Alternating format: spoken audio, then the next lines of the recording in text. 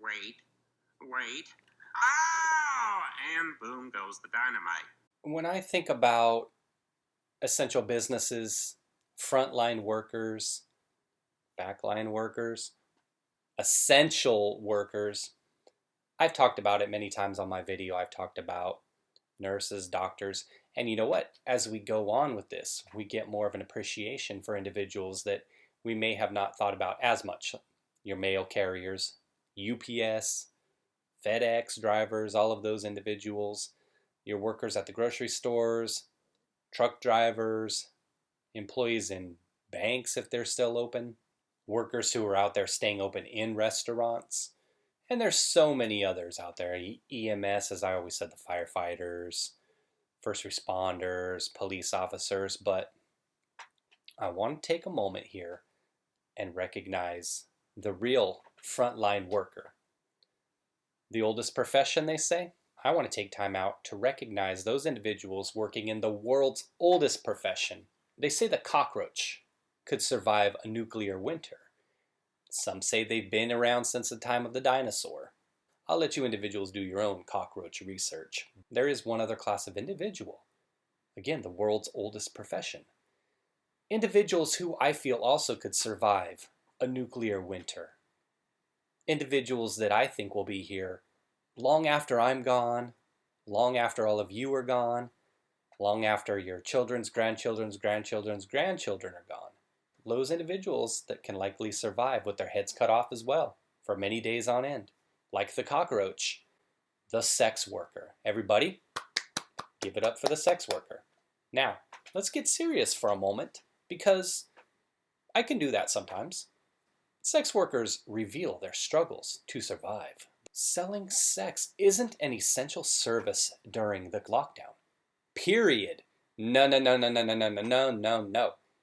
That should be question mark after that. There are surely many individuals who disagree, question everything.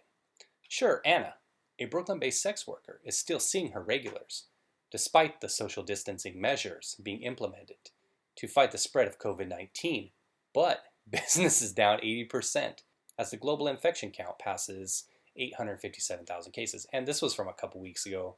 I just didn't get a chance to cover it. Obviously, we're up at 2.2 at the time I'm shooting this. She says here, before the virus came, I was seeing 1 or 2 clients a day, making around $200 to $300 a day. She tells the Post, now Anna is living on $300 a week.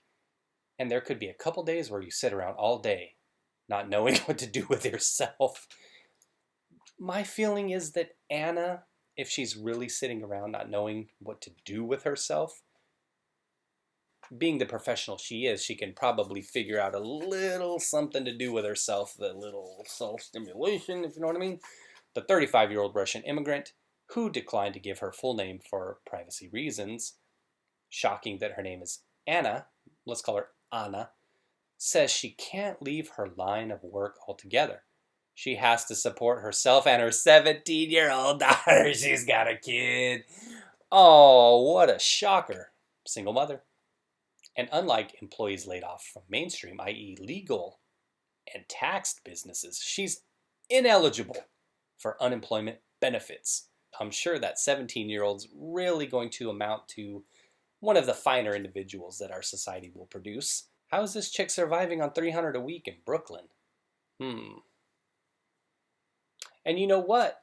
This makes me wonder, now that we're locked down to non-essential business and travel, if she is seeing clients, presumably she's saying she'd see a client or 2 per day.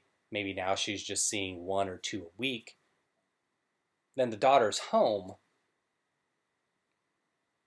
The daughter's just hanging out as this is happening. The creepy John comes to the door. The daughter answers, yes, hello, I'm looking for Anna. But you'll do. How old are you? Oh, 17? Okay, well, hit me up next year when you turn 18. What's the other way? I'm not going to steal. I'm not going to rob. I can't. But my daughter needs me. I need to provide. I need to give her some type of support, says Anna, who markets herself as a curvy brunette. Yeah, you're talking my language now, Anna. Who specializes in massage and S&M under pseudonyms on the raunchy adult websites. Adult Search, City X Guide, and Harlot Hub. Harlot Hub, everybody. Sex workers like Anna across the country are faced with risking their lives and endangering the public's safety to earn money with their bodies during quarantine. Several local and national organizations like the Sex Workers Outreach Project have launched online fundraisers to help providers survive this uncertain time. But right now, the future seems bleak. Online fundraisers for providers. Anna is not taking on new clients, limiting herself to 5 or 6 familiar Johns after the New York Department of Health released graphic guidelines for safe sex during the pandemic. I'm still taking a huge risk, but I'm being as careful as I can, she says. Oh, please give me some details. Showers before and after the session, rinsing my mouth with Listerine. Shouldn't those be happening anyway?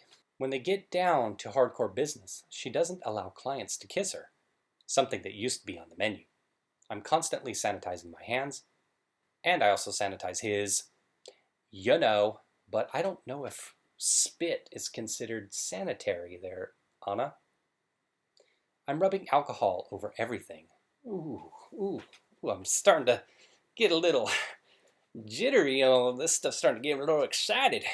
Anna says she's trying to adhere to the CDC's safety standards. However, she doesn't wear a face mask or gloves because that's weird. It would scare the person away. A man wouldn't pay $100 to have me massage him with a pair of gloves. Actually, kink, I'm thinking here. You could start to charge an extra $100, maybe even $200. Now let's be honest here, Anna. You and me. It's just me and you talking here, girl. You curvy brunette, you. Is that her in the if that were her in the photo? Ooh. We're friends here. We don't have to act like a massage. It's just the only thing. So what we can talk about is maybe $100 extra if you would wear the face mask and the gloves during, the thing we do where it's not massage. Is that, a little bit of a kink, huh? What do you guys think? Some people out there will be into it. I know it. Wear that face mask. Get the whole PPE on. The N95. Oh, yeah. All right. Last week, in a search of mainstream employment, Anna planned to attend a job fair in Flushing, but it was canceled due to the virus. Right now, I'm just trying to survive, she says. All right, this article is really long. I'm going to link it below. It talks about a couple other cases here, but another one here is talking about cam girl sessions. So pause it here if you want. You can go ahead and read what's on the screen there. And there's the end of that, again, so you can pause that and read that whole article if you don't want to look up the archive thing. And then there's another one here below.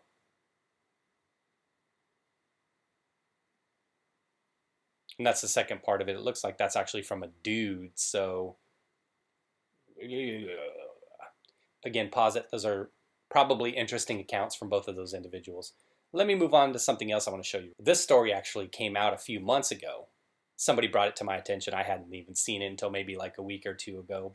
Just wanted to throw it out there for all of you guys. Now, this was before the pandemic happened. This was in January that this story happened. Or I should say this is before it was declared a pandemic, obviously. But deaf man sues Pornhub for disability discrimination, claiming its videos don't have subtitles. Even after he purchased premium subscription. I don't know that purchasing a premium subscription entitles you to subtitles.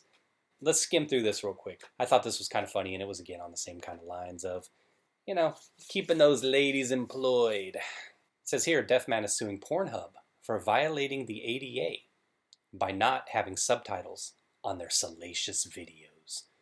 Yaroslav Suris has filed a class action lawsuit against the international porn site, claiming its lack of subtitles is a denial of access, TMZ reports. Suris shared that he has tried to watch titles that included, oh great, this is going to be good, Hot Step Aunt Babysits Disobedient Nephew, Sexy Cop Gets Witness to Talk, and Daddy 4K. Allison comes to talk about money to her boy's naughty father. but couldn't get through the dialogue in the flicks for lack of subtitles. Pornhub announced in 2018 that they were putting together closed captioning with some videos.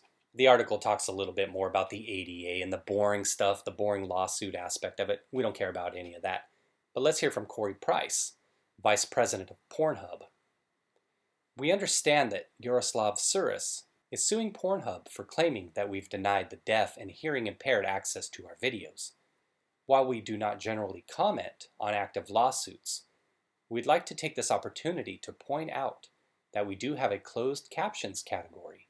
There does appear to be a closed captioning section on Pornhub's website containing a little more than 400 videos. So it looks like Pornhub's doing something about it. Now, I don't know what this individual expects.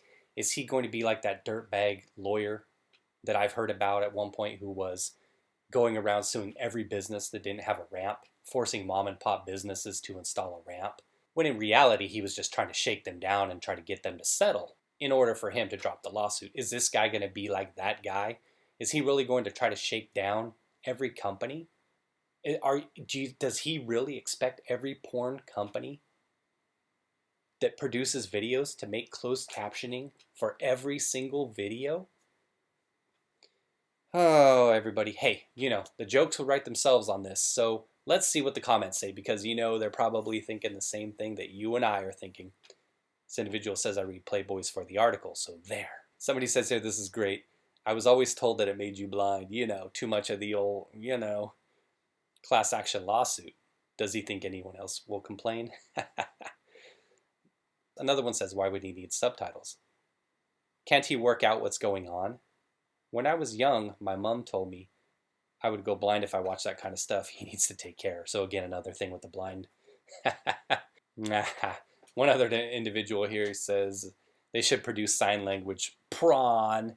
Not sure if that's a typo. I do that sometimes too. Not with the word porn, but, transposing the letters before I notice what's happening. But they should produce sign language porn. All right, everybody. So that's what I've got on the video. I just wanted to bring those things to your attention. Again, hey, I feel sorry for those ladies out there. I don't hate the player. You know what? I'm not even sure I hate the game.